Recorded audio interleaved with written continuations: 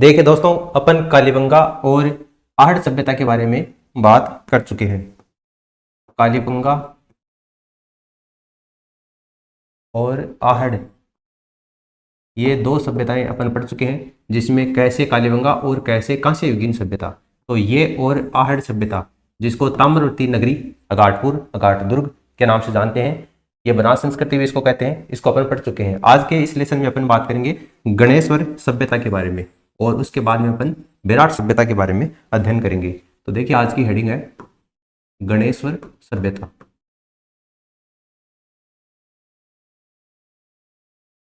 गणेश्वर सभ्यता को पढ़े तो सबसे पहले तो आपको ये पता होना चाहिए कि गणेश्वर सभ्यता कहाँ पर विकसित हुई थी। तो देखिए, राजस्थान का पहला हाईटेक जिला कौन सा है? आपका सीकर। तो राजस्थान के सीकर जिले से किसका संबंध है? गणेश्वर सभ्यता का संबंध है। गणेश्वर सभ्यता को और किस नाम से जानते हैं? तो देखिए, इसका उपनाम है पुरातत्व का पुष्कर। पुरातत्व का पुष्कर।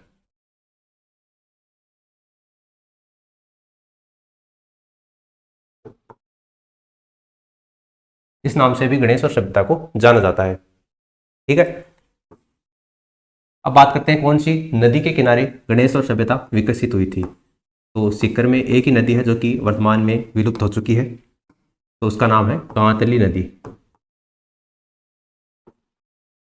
तो कांतली नदी के तट पर गणेश्वर सभ्यता का विकास हुआ था। ठीक है, गणेश्वर सभ्यता राजस्थान के कौन से जिले से संबंध है? इसका सीकर जिले से इसका संबंध है। इसको और किस नाम से जानते हैं? पुरातत्व के पुष्कर के नाम से भी इसको जाना जाता है। और कौन सी नदी के किनारे या कौन सी नदी के तट पर इसका विकास हुआ है? तो कांतली नदी के किनारे इसका विकास हुआ है। देखिए, मुख्य रूप से बात करें वो कौन सा स्थान है जहां से इसका संबंध है, तो वो आ जाएगा गणेश्वर टीला। गणेश्वर टीला। गणेश्वर टीला पर जब खुदाई की गई थी तो यहां से अवशेष मिले हैं। और गणेश्वर टीला कहां पर? आपका नीमका थाना में है।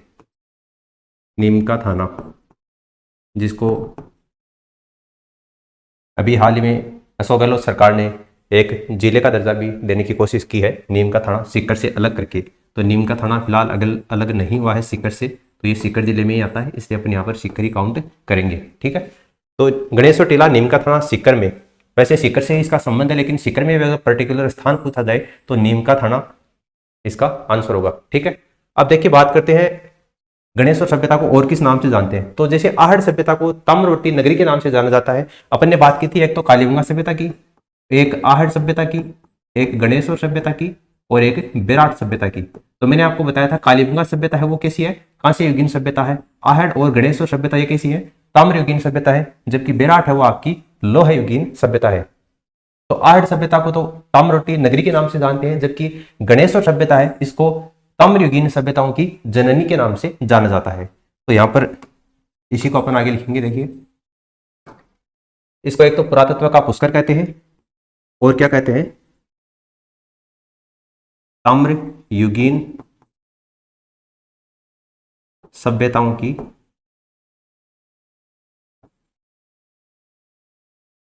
जननी, या फिर इसको क्या कहते हैं? ताम्र संचय निधि। ताम्र संचय निधि, इस नाम से भी इसको जाना जाता है। ठीक है, संपूर्ण भारत में ताम्रयुगीन सभ्यताओं की जननी आपकी कौन सी सभ्यता हो जाएगी? गणेश्वर सभ्यता हो जाएगी। ठीक है, अब देखिए, बात करते हैं इसके कालक्रम की। गणेश्वर सभ्यता का काल क्या है? तो अपन ने बात की थी कालीबंगा सभ्यता का जो कालक्रम है वो कार्बन 14 परमाणु की संख्या के आधार पर कालीबंगा सभ्यता का कालक्रम है वो आपका 2300 ईस्वी अपन ने पढ़ा था। उसी तरीके से आहड़ सभ्यता का जो कालक्रम अपन ने बात की थी, आहड़ सभ्यता है वो 4000 वर्ष पुरानी है, यानी कि 2000 साल तो ये हो गए और 2000 साल ईसा पूर्व है, तो लगभग 4000 वर्ष पुरानी थी। उसी तरीके से आपकी गणेश्वर जो सभ्यता है ये ताम्रयुगीन सभ्यताओं की जननी है, इसका मतलब ये सबसे पुरानी सभ्यता है, और ये आपकी है 2800 ईसा पूर्व है। आप यहां पर लिख सकते हैं 14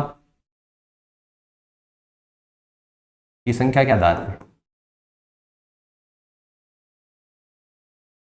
इन कार्बन परमाणु की संख्या के आधार पर इसका जो कालक्रम है वो आपका कितना हो जाएगा? 250 ईसा पूर्व है। यानी कि जो सभ्यता अपन पढ़ रहे हैं इसमें सबसे पुरानी सभ्यता है वो आपकी कौन सी है, गणेश्वर सभ्यता है, 2800 ईसा पूर्व है। अब देखिए बात करते हैं गणेश्वर सभ्यता के कौन कौन से अवशेष यहाँ से प्राप्त हुए हैं गणेश्वर सभ्यता। तो सबसे पहले अवशोषण की बात करें तो आपको पता है ताम्रयुगीन सभ्यताओं की जननी है। इसका मतलब यहाँ से जितने भी उपकरण मिले हैं उसमें 99% तांबे का उपयोग किया गया है। तो सबसे पहले आपको यही करना है, यहां से प्राप्त उपकरणों में, यहां से प्राप्त उपकरणों में या औजारों में जो भी यहां से मिला है 99% इसका प्रयोग हुआ है, तांबे का प्रयोग हुआ है, तांबे का प्रयोग हुआ है। इसका मतलब क्या है, इसका मतलब यह है कि अपन कह सकते हैं कि यहाँ के लोग किससे परिचित थे, केवल तांबे से परिचित थे। यहाँ के जो लोग हैं वो केवल तांबे से परिचित थे। यहाँ के लोग केवल किससे परिचित थे, तांबे से परिचित थे, क्योंकि यहाँ से जो उपकरण मिले हैं, जो औजार मिले हैं उसमें मुख्य रूप से तांबा जो धातु है उसी का प्रयोग किया गया है। अब देखिए यहाँ से क्या क्या मिला है, तो यहाँ से बाणाग्र मिले हैं, यहाँ से बाणाग्र मिले हैं, हाथ से मिले हैं, तस्तरी मिली है, इसके अलावा कुल्हाड़ी मिली है, और क्या मिला है, प्लेटें मिली हैं। इसमें किसका प्रयोग हुआ है, 99% तांबे का प्रयोग हुआ है। ठीक है, तो यहाँ के जो लोग हैं वो मुख्य रूप से किससे परिचित थे, केवल तांबा धातु से परिचित थे। अब देखिए आगे अपन बात करते हैं इसके अवशेषों में। तो एक हारपून मिला है, क्या मिला है, यहां से हारपून मिला है। हारपून क्या होता है, भाला, वो भी यहीं से मिला है। इसके अलावा गणेश्वर जो सभ्यता है इसमें देखिए अपने बात की थी ताम्रयुगीन सभ्यताओं की जननी है। इसका मतलब तांबे की दोहरी पेचदार पिन मिली है, तांबे की दोहरी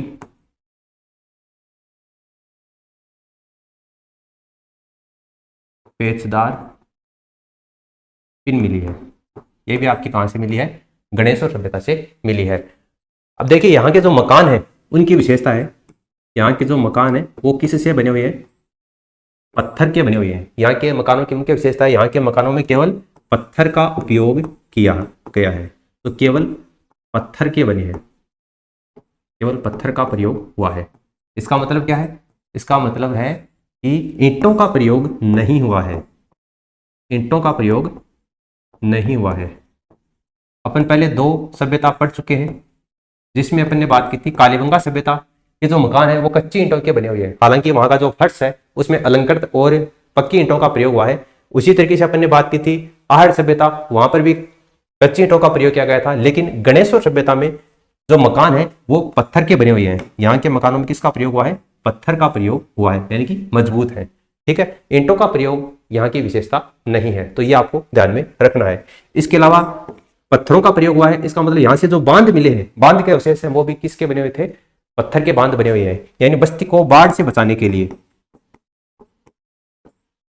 बस्ती को बाढ़ से बचाने के लिए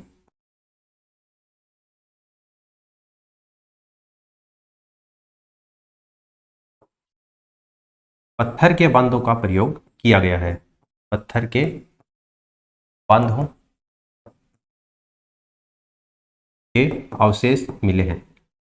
ठीक है, अपन अवशेष की बात कर रहे हैं तो उसमें अगला अवशेष क्या हो जाएगा, बस्ती को बाढ़ से बचाने के लिए किसका प्रयोग हुआ है, पत्थर के बांधों का प्रयोग किया जाता था। ठीक है, इसके अलावा यहाँ के जो लोग हैं वो पशुओं से भी परिचित है, जिसमें मुख्य रूप से सुअर है, नीलगाय है, हिरण है, भेड़, बकरी, मुर्गा। तो ये आप लिख लेना, इनसे यहाँ के लोग परिचित थे। जो अवशेष मिले हैं उनके आधार पर अपन ये कह सकते हैं। इसके अलावा और भी कुछ यहाँ से अवशेष मिले हैं जिसमें मुख्य रूप से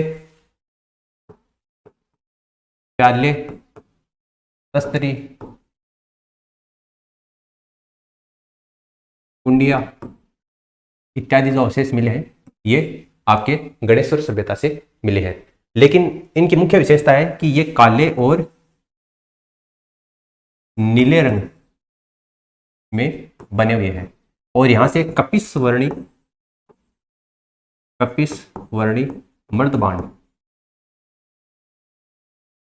मर्दभांड ये भी कहां से मिले हैं? गणेश और सभ्यता से मिले हैं। ये क्वेश्चन बहुत ज्यादा इंपॉर्टेंट है, एग्जाम में बहुत बार ये क्वेश्चन पूछा जाता है। कपिस वर्णी मर्दभांड निम्न में से कौन सी सभ्यता से प्राप्त हुए हैं? तो ये गणेश और सभ्यता से प्राप्त हुए हैं। और प्याले, तस्त्रियां, कुंडिया, ये जो मर्दभांड है ये काले और नीले रंग में, ये भी एक क्वेश्चन एक बार पूछा गया था रंग देकर, क्योंकि अपने पढ़ा था आर्य सभ्यता में जो उल्टी तपाई विधि से मर्दभांड तैयार किए गए थे वो आपके काले और लाल रंग में तैयार किए गए थे। लेकिन गणेश और सभ्यता से जो मर्दभांड मिले हैं वो काले और नीले रंग में रंगे हुए मिले हैं। तो ये इसकी विशेषता है।